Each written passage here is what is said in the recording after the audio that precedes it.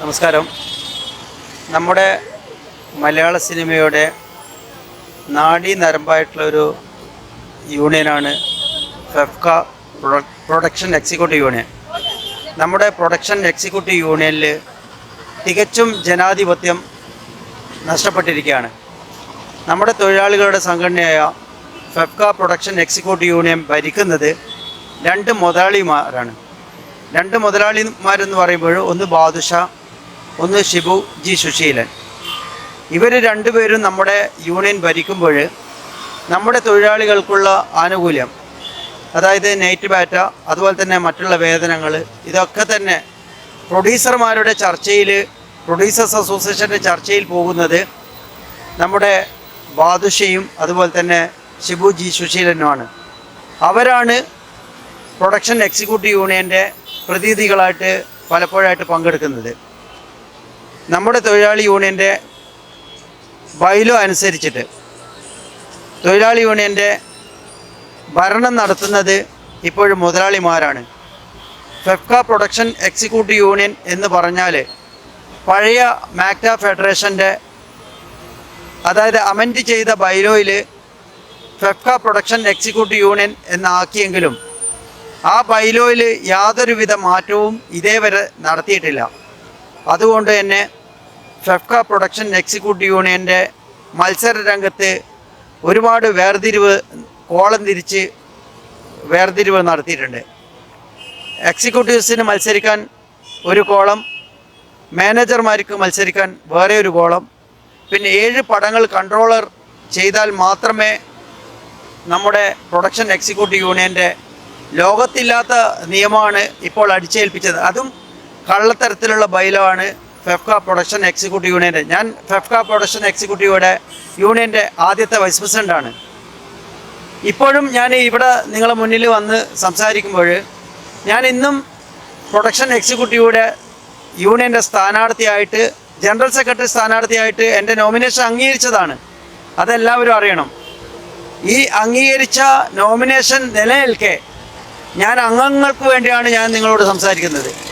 Production executive യൂണിയനിലെ മാനേജർമാർക്ക് യാതൊരുവിധ അധികാരവും അവകാശവും ഇല്ലാതെ, സ്ഥാനങ്ങളിൽ മത്സരിക്കാൻ യോഗ്യതയില്ലാതെ മാറ്റി നിർത്തുന്ന സംഭവ വികാസമാണ് ഇപ്പോൾ എറണാകുളത്ത് നടന്നുകൊണ്ടിരിക്കുന്നത്.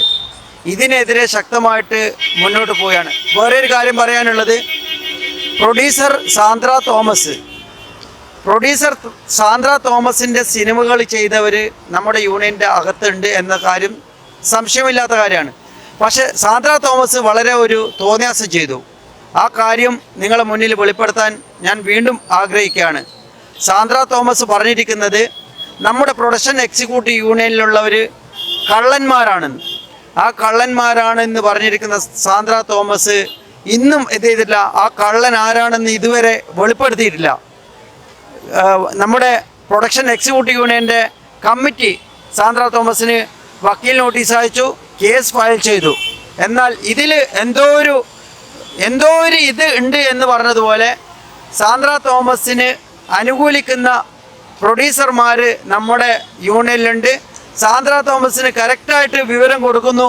സാന്ദ്ര തോമസ് മാപ്പ് പറയേണ്ട എന്ന് നമ്മുടെ യൂണിയനിൽ ആരെല്ലോ പറഞ്ഞിട്ടുണ്ട് എന്ന കാര്യം വളരെ വ്യക്തമാണ്. അതുകൊണ്ട് സാന്ദ്ര തോമസ് ഉടനെ മാപ്പ് പറയണം എന്നാണ് പ്രൊഡക്ഷൻ എക്സിക്യൂട്ടീവ് എന്നുള്ള നിലയിൽ എനിക്ക് അഭ്യർത്ഥിക്കാനുള്ളത്.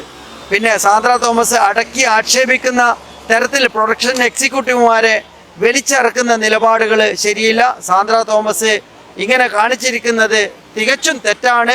അതുപോലെ തന്നെ നമ്മുടെ ഇലക്ഷനിൽ നടന്നിരിക്കുന്ന ആ അഴിമതി തികച്ചും, കാരണം കഴിഞ്ഞ പ്രാവശ്യം ഞാൻ മത്സരരംഗത്ത് വരുമ്പോൾ 7 കോളം തിരിച്ചിട്ടുള്ള വേർതിരിവ്, അത് ഈ പ്രാവശ്യം വന്നപ്പോൾ അപ്പുറത്ത് നമ്മുടെ എക്സിക്യൂട്ടീവ് യൂണിയൻ്റെ ബൈലോ യാതൊരു തിരുത്തും നടത്തിയിട്ടില്ല. ആ തിരുത്തൽ നടത്താത്ത സ്ഥിതിയിൽ ആദ്യത്തെ മദർ ബൈലോ വെച്ചിട്ട് തന്നെ ഇലക്ഷൻ നടത്തണം. ഇലക്ഷൻ നടത്തുന്നതിനുള്ള കാര്യങ്ങൾ മുന്നോട്ട് പോകണം. ഇപ്പോൾ ഉള്ള കാര്യങ്ങളൊക്കെ അഴിമതിയും സ്വജനപക്ഷപാതവും മറ്റുള്ള രീതിയിലാണ്. ഞാൻ ബഹുമാനപ്പെട്ട നമ്മുടെ ഫെഫ്കയുടെ ഫെഡറേഷൻ്റെ ജനറൽ സെക്രട്ടറിക്ക് ഞാൻ വാട്സപ്പിൽ സന്ദേശം കൊടുത്തിട്ടുണ്ട്. അദ്ദേഹം എന്തായാലും നമ്മുടെയൊക്കെ നേതാവാണ്.